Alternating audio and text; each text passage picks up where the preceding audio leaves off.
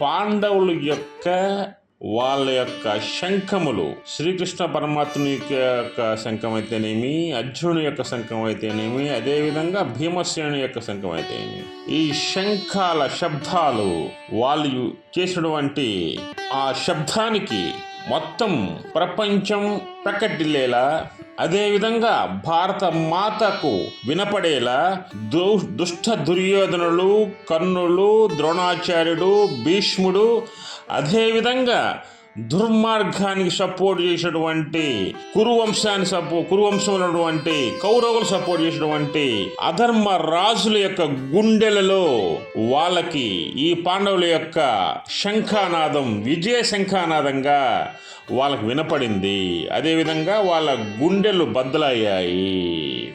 అది దాని యొక్క అర్థం. అదేవిధంగా ఇక్కడ వాక్యానికి వచ్చినట్లయితే శ్రీకృష్ణాదుల యొక్క శంఖధ్వనులు